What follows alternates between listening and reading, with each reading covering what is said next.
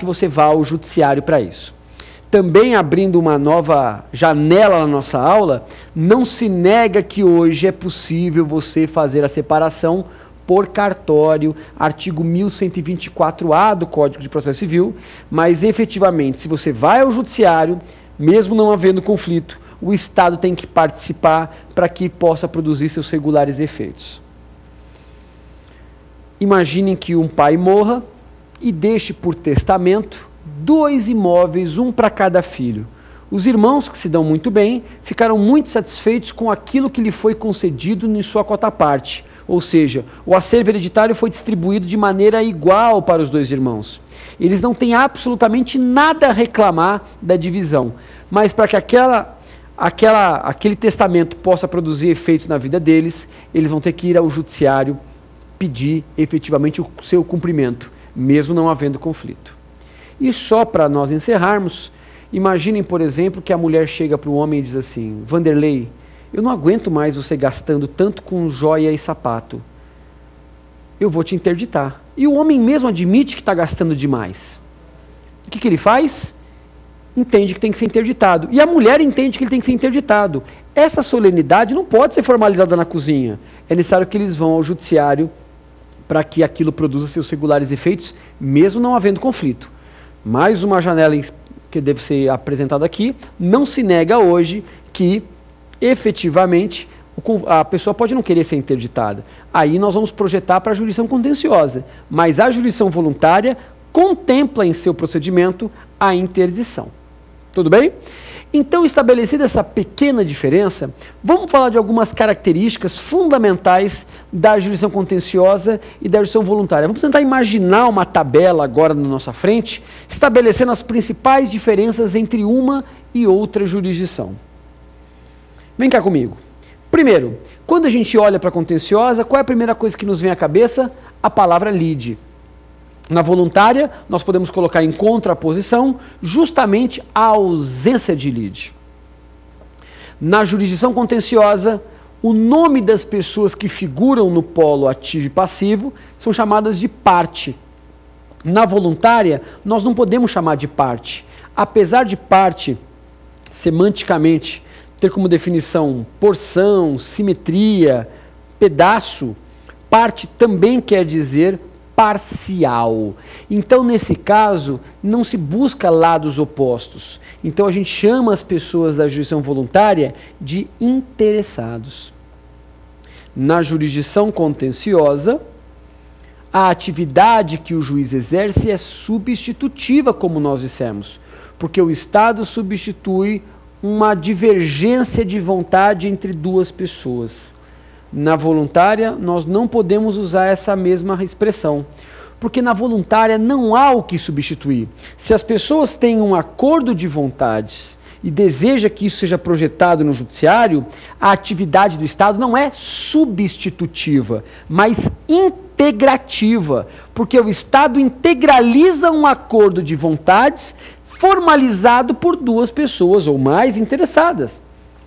É como se o Estado fosse uma autoridade chanceladora, certificadora. Ela vai certificar aquilo que as pessoas, por si só, não poderiam obter em vida própria, na causa própria.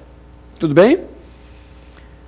A quarta característica que nós podemos dividir contenciosa e voluntária é a sentença proferida. Enquanto na voluntária, a sentença sempre vai ser uma sentença homologatória, porque o Estado vai homologar um acordo entre 2 ou mais pessoas. Então, o juiz, verificando que aquela situação necessita do judiciário, existe um interesse implícito, porque eu não posso me separar sem que o judiciário chancele, eu não posso interditar alguém sem que o judiciário chancele. Então a sentença sempre vai ser homologatória, ao contrário da contenciosa. Porque na contenciosa, meus amigos, qualquer tipo de sentença pode ser prolatada. Se você parar para pensar, hoje de madrugada perdeu o sono e de repente você acorda e grita: quais sentenças podem ser proferidas na contenciosa? N sentenças, declaratória, construtiva, condenatória. Alguns autores estabelecem aquela classificação quinária, então você pode acrescentar executiva e mandamental, inclusive homologatória. Um juiz pode homologar um acordo num processo de jurisdição contenciosa. Então, qualquer tipo de sentença é submetida à contenciosa. Na voluntária, só homologatória. Uma outra consideração importante. A jurisdição voluntária e a contenciosa também tem uma diferença em relação à imutabilidade dos efeitos. Porque de nada adianta o juiz na contenciosa dirimir o conflito, dizer o direito no caso concreto, se aquilo pode ser modificado daqui 2 meses, 4 anos, 5 anos, se a parte pode deixar de cumprir aquilo que foi decidido a posteriori. Então a lei precisava criar um verniz sobre a sentença para impedir que sobre ela possam haver posteriores discussões. A lei estabeleceu uma técnica processual denominada coisa julgada. Então a jurisdição contenciosa ela tem como uma de suas características a coisa julgada, a imutabilidade. O que não acontece na voluntária. Na voluntária, à luz do artigo 1111 do Código de Processo Civil, não se faz coisa julgada. Certamente você vai me olhar com o nariz escorrendo e perguntar: por que, Montans, não faz coisa julgada? Você vai encontrar 1000 justificativas na doutrina. Há autores que falam que não há cognição exauriente na jurisdição voluntária, que não, por conta disso, não haveria como fazer coisa julgada. Há outros que dizem que não há conflito a ser dirimido, portanto não há coisa julgada. Independentemente da fundamentação que você siga, saiba a conclusão, não faz coisa julgada, que é o importante para nós. Só que a gente sabe que a coisa julgada, a despeito dela ser um fenômeno quase absoluto, um instituto usado para a segurança jurídica, ela comporta raríssimas exceções. A coisa julgada, em alguns casos, ela pode ser relativizada. Nós não estamos falando aqui dessa matéria doutrinária de relativização de coisa julgada, defendida por parcela da doutrina. Existe um meio típico previsto em lei para você desconstituir uma coisa julgada já formalizada. Na contenciosa, vocês podem escrever, da decisão que formaliza a coisa julgada, cabe ação rescisória no prazo de 2 anos. Então, da jurisdição contenciosa, cabe ação rescisória no prazo de 2 anos, artigo 485 do CPC.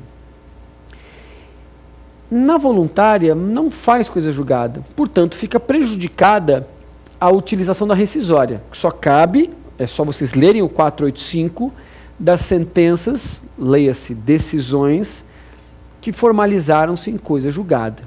Na voluntária, cabe alguma coisa? Cabe ação anulatória.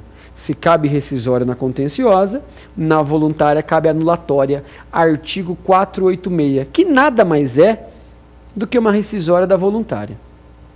Nós já estabelecemos a classificação entre contenciosa e voluntária. É importante que agora nós enfrentemos as características da jurisdição.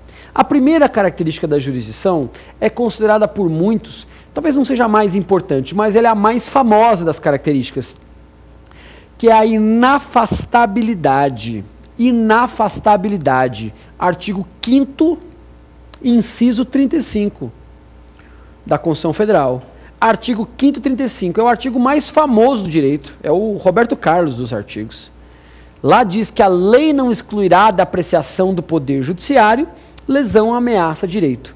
Então, se eu tiver um problema e precisar projetar isso para o judiciário, ele não pode fechar os olhos para minha causa. Se hoje o judiciário, na prática, detém praticamente o monopólio do sistema de composição de conflito, ele não pode deixar de julgar minha causa. Só que existe uma consideração importante que nós temos que enfrentar.